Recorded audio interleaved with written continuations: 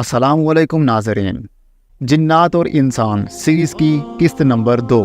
पहली किस्त में हमने जाना कि जिन्नात क्या हैं और जिन्नात की हकीकत क्या है, जिन्नात को कब पैदा किया गया, जिन्नात नज़र क्यों नहीं आते और जिन्नात बूढ़े होकर दोबारा जवान क्यों होते हैं।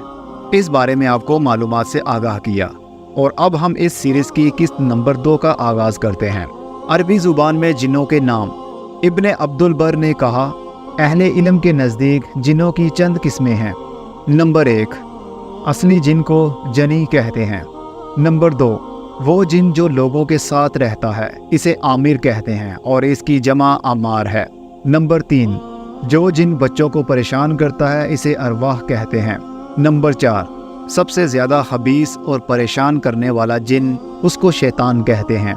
नंबर 5, जिस जिन की शरारत हद से ज़्यादा बढ़ जाए और इसकी गिरफ्त मजबूत तर हो जाए तो इसे अफरीत कहते हैं। जिनों की किस्में। इस सिलसिला में नबी अकरम सल्लल्लाहु अलैहि वसल्लम ने फरमाया, जिनों की 3 किस्में हैं। पहली वो किस्म है जो हवा में उड़ती है, दूसरी वो किस्म है जो सांप और कुत्तों की शक्ल में होती है, तीसरी वो जो सफ़र और क़याम करती है यानी बूत वगैरह।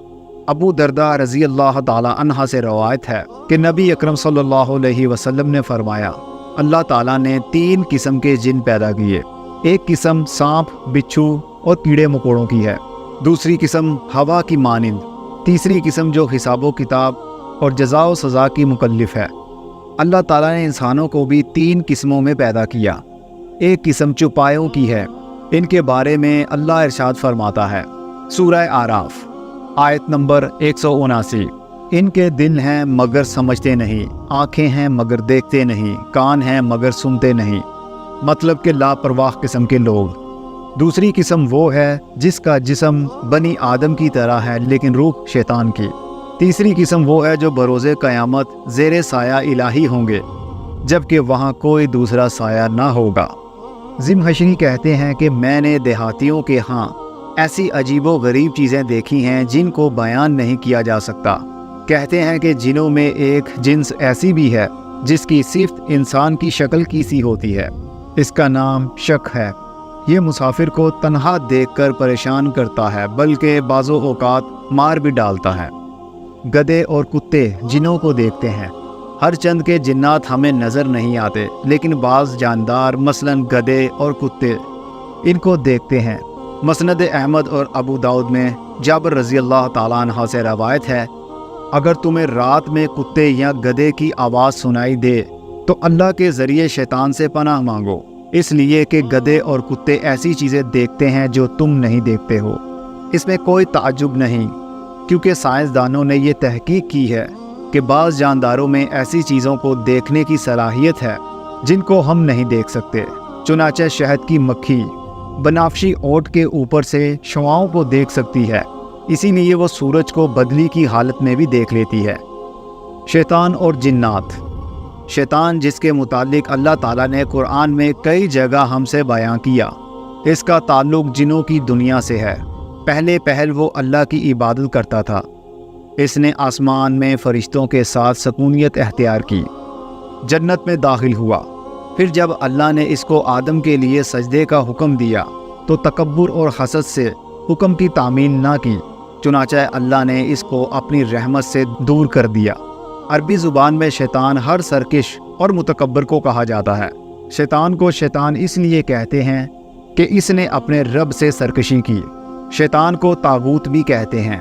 कुरान में आया सूरह नसा आयत नंबर 76, जिन लोगों ने ईमान का रास्ता इख्तियार किया वो अल्लाह की राह में लड़ते हैं, और जिन्होंने कुफ्र का रास्ता इख्तियार किया वो तागूत की राह में लड़ते हैं। बस शैतान के साथियों से लड़ो और यकीन जानो शैतान की चालें हकीकत में निहायत कमज़ोर हैं। दुनिया की बेशतर कौमों में ये नाम इसी लफ्ज़ से जाना जाता है। महमूद अल-काद अपनी किताब में इब्लीस में कहते हैं, शैतान को तागूत इसलिए कहा गया है कि इसने हद से तजावुज़ करके अपने रब से सरकशी की और अपने आप माबूद बन बैठा। ये मखलूक अल्लाह की रहमत से महरूम है, इसीलिए अल्लाह ने इसको अबलीस के नाम से याद किया। अरबी में अबलीस इस शख्स को कहते हैं जिसमें कोई खैर और भलाई ना हो। ابلیس کے معنی مایوس اور حیران ہونے کے ہیں۔ علماء سلف کا ایک گروہ کہتا ہے کہ اللہ کی نافرمانی کرنے سے پہلے شیطان کا نام عزازیل تھا۔ اللہ زیادہ جانتا ہے کہ یہ بات کہاں تک صحیح ہے۔ شیطان مخلوق ہے۔ شیطان کے متعلق قرآن و حدیث میں وارد شدہ بیانات کا مطالعہ کرنے والا جانتا ہے کہ شیطان ایک ایسی مخلوق ہے جو سمجھ بوجھ، عقل و ادراک اور حرکت و ارادہ کی صلاحیت رکھتی ہے۔ شیطان بابائے جن۔ اس سلسلے میں ہمارے پاس زیادہ دلائل موجود نہیں کہ شیطان آیا جنوں کا اصل یعنی بابا آدم ہے یا نہیں۔ جنات کی غذا۔ جنات کیا کھاتے ہیں؟ صحیح بخاری میں ابو ہریرہ رضی اللہ تعالیٰ عنہ سے روایت ہے کہ نبی کریم صلی اللہ علیہ وسلم نے ان کو استنجا کے لیے کچھ پتھر لانے کا حکم دیا اور کہا کہ ہڈی اور گوبر نہ لانا۔ اس کے بعد جب ابو ہریرہ رضی اللہ تعالیٰ عنہ نے حضور صلی اللہ علیہ وسلم سے ہڈی اور گوبر نہ لانے کا راز معلوم کیا تو آپ نے فرمایا، یہ دونوں چیزیں جنوں کی غذا ہیں۔ میرے پاس جنوں کا ایک گروہ آیا اور مجھ سے کھانے کے لیے توشہ طلب کیا۔ میں نے ان کے لیے اللہ سے دعا کی جب ہڈی اور گوبر سے بھی ان کا گزر ہو، اس پر ان کی غذا موجود ہو۔ ترمذی میں صحیح سند سے مروی ہے کہ گوبر اور ہڈی سے استنجا نہ کرو، اس لیے کہ یہ تمہارے جنات بھائیوں کی غذا ہے۔ صحیح مسلم میں ابن مسعود رضی اللہ تعالیٰ عنہ سے روایت ہے کہ مجھے ایک جن نے دعوت دی، میں اس کے ساتھ گیا، اس کے سامنے قرآن کی تلاوت کی۔ وہ جن ہم کو ایک جگہ لے گیا اور جنوں کے مقام پر آگ کے نشانات دکھائے۔ ان لوگوں نے حضور صلی اللہ علیہ وسلم سے کھانا مانگا تو آپ نے فرمایا، تمہارے لیے ہر ہڈی جس پر اللہ کا نام لیا گیا ہو گوشت بن جائے گی، اور جانوروں کی مینگنی تمہارے مویشیوں کے لیے چارہ ہے، مطلب جنوں کے جانوروں کے لیے غذا ہے۔ اس سے معلوم ہوتا ہے کہ جنوں کے پاس بھی مویشی ہوتے ہیں، یعنی بھیڑ بکریاں۔